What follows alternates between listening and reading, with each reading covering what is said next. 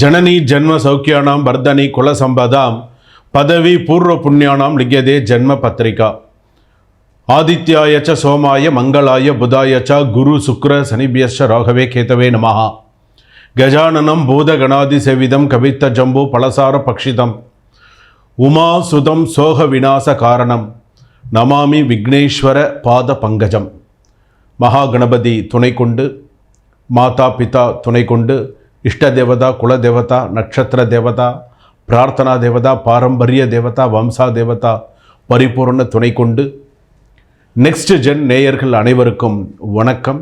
நான் உங்கள் doctor V Rajkumar Sivachariyar பேசுகிறேன்.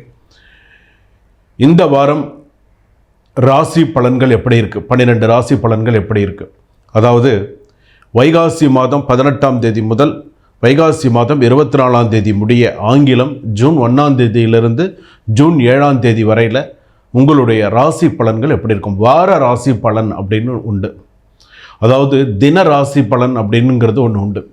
இந்த தின ராசி பலன் அப்படிங்கிறது அன்றாடம் நமக்கு நடக்கக்கூடிய நிகழ்வுகளை நம்ம வேலைக்கு போகிறதுக்கு முன்னாடி நம்ம கேட்போம்.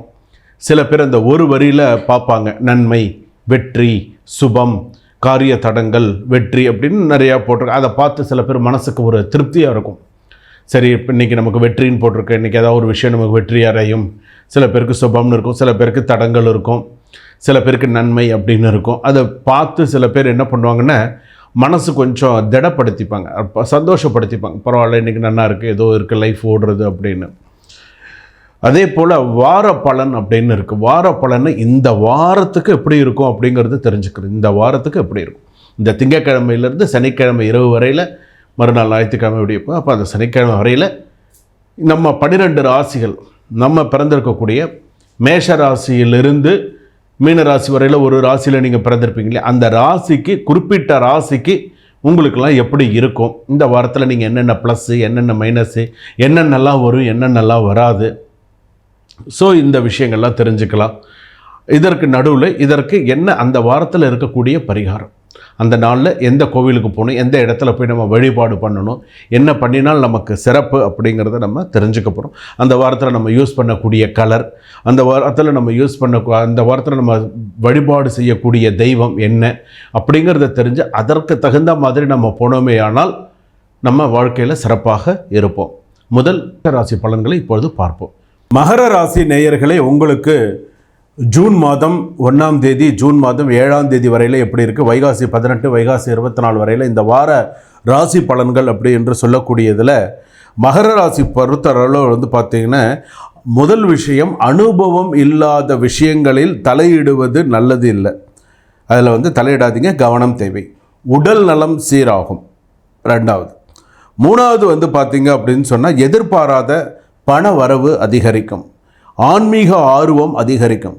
அதே போல் பார்த்திங்க அப்படின்னு சொன்னால், வேலை விஷயத்தில் நெருக்கடியான சூழ்நிலைகள் அதிகரிக்கும், தொழிலில் நெருக்கடியான சூழ்நிலைகள் அதிகரிக்கும், பண விஷயத்தில் அதிக நெருக்கடிகளை சந்திக்கக்கூடிய சூழ்நிலைகள் வரும்.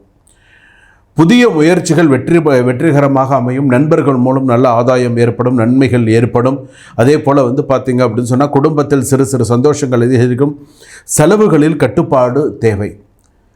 அனாவசிய செலவுகள் வேண்டாம், அவசிய செலவுகள் பண்ணுங்கள். அகலக்கால் வச்சு எந்த ஒரு விஷயத்துக்கும் போகாதீங்க. நமக்கு என்ன செலவோ அந்த செலவு மட்டும் செய்தால் போதுமானது. ஸோ மகர ராசி பொறுத்தளவுக்கு இதெல்லாம் கண்டிப்பாக செய்ய வேண்டியது. அதே போல் மகர ராசி பொறுத்த அளவுக்கு பார்த்திங்கன்னா, இப்போ நடந்து கொண்டு இருக்கக்கூடிய சனி அப்படின்னு சொல்லும்போது ராசிக்கு 2ஆம் இடத்துல இருக்கார், அடுத்து 3ஆம் இடத்துக்கு பாத சனி அப்படின்னு சொல்லக்கூடிய சில விஷயத்தில் மகரம், கும்பம், மீனம், மேஷம், ரிஷபம், மிதுனம் 6ஆம் இடத்துல இருக்கார் குரு. அந்த 6ஆம் இடத்துல இருக்கக்கூடிய குரு அப்படிங்கிறது உடல்நிலை பாதிப்பு அதிக தரக்கூடியதாக இருக்கும். வேலையில் அப்படின்னு நீங்கள் ஒரு பெண்கள் வேலையில் இருக்காங்க அப்படின்னு சொன்னால் ரொம்ப ஸ்ட்ரெஸ் அதிகமாக வரக்கூடிய சூழ்நிலைகள் வரும். அதுவும் டீச்சிங் தொழிலில் இருக்கிறவங்களுக்கெல்லாம் கொஞ்சம் ஸ்ட்ரெஸ் அதிகமாக இருக்கும். பாடம் எடுக்கிறது, பாடம் சொல்கிறது, குடும்பம் எல்லாத்தையுமே பார்க்கும்போது கொஞ்சம் அதிகமாக இருக்கும். அதுவும் கல்லூரியில் இருக்கக்கூடியவர்கள், ஒரு பிரின்ஸ்பாலாக இருக்க, ஒரு லெக்சரராக இருக்கிறவங்களுக்கெல்லாம், இந்த ராசியில் இருப்பவர்களுக்கெல்லாம் கொஞ்சம் பணி சுமை அப்படிங்கிறது கொஞ்சம் அதிகரிக்கக்கூடியதாக இருக்கும். சில பேருக்கு வந்து பார்த்திங்கன்னா பணியிடை மாற்றம், அந்த ஒரு இடத்துலேருந்து இன்னும் வேறு காலேஜில் ஜாயின் பண்ணலாம் அப்படிங்கிற மாதிரி இருக்கும். டெக்னீஷியன்ஸுக்கெலாம் அந்த அளவுக்கு ஒரு சாதகமான சூழ்நிலையாக இல்லை டெக்னீஷியன்ஸ்க்கு எல்லாருக்குமே.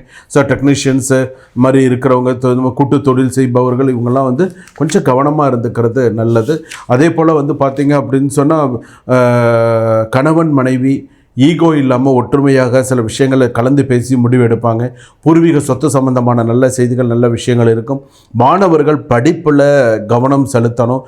இப்போயிலிருந்து நீங்கள் வந்து ஒரு டாக்டர் ஆகணும்னு நீங்கள் ஒரு கனவு கண்டு படிக்கிறீங்க அப்படின்னு சொன்னால் அந்த படிப்பில் முழு கவனம் செலுத்த வேண்டும். மற்ற விஷயத்தில், மற்ற இதிலெல்லாம் நீங்கள் மொபைல்லையோ மற்ற விஷயத்தில் நீங்கள் கவனம் செலுத்துறதை விட ஒரு படி மேலே படிப்பில் கவனம் செலுத்த வேண்டும். அதுவும் திருவோண நட்சத்திரம் மகர ராசி அதிகமாக கவனம் செலுத்த வேண்டும். விவாகரத்து சம்பந்தமான சில புதிய பதிவுகள்லாம் வரத்துக்கான வாய்ப்புகள் இருக்குது. அதே போல் வந்து திருமணம், மறுமணம் சிலதெல்லாம் பேச்சுவார்த்தையில் இருக்கும். பண விவகாரம் அப்படின்னு எடுத்துக்கும்போது சில பேருக்கு பணம் லாஸ் ஆகிறதுக்கு வாய்ப்பு இருக்குது. பணம் செலவு பண்ணுறதுல அதிகமாக செலவு பண்ணுறதுலையும் ஊதாரித்தனமாக செலவு பண்ணுறதுக்கும் விஷயம் இருக்குது. பண விஷயத்தில் இது நமக்கு தேவையான செலவு, இது நமக்கு தேவையில்லாத செலவு அப்படிங்கிறத பார்த்து யோசித்து செய்யுங்க. அரசாங்கத்துறையில் இருப்பவர்களுக்கு, அரசாங்கத்தில் வேலை செய்பவர்களுக்கு, கவர்மெண்ட் உத்தியோகத்தில் இருப்பவர்களுக்கு அவப்பெயர் வரக்கூடிய வாய்ப்புகள் உண்டு. தேவையில்லாத அவப்பெயர் அந்த வாரத்தில் வரும். ஏதாவது ஒரு சின்ன விஷயத்தில் மாட்டின்ட்டு பதில் சொல்ல வேண்டிய சூழ்நிலைகள் இருக்கும்.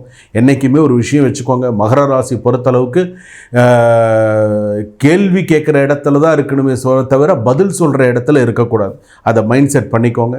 அதே போல் வந்து பார்த்திங்க அப்படின்னு சொன்னால் உங்களுடைய சில விஷயங்கள் அப்படின்னு எடுத்துக்கும் பொழுது வாராகியம்மன் வழிபாடு நிறைய பண்ணுங்கள், கருமாரியம்மன் வழிபாடு நிறைய பண்ணுங்கள்.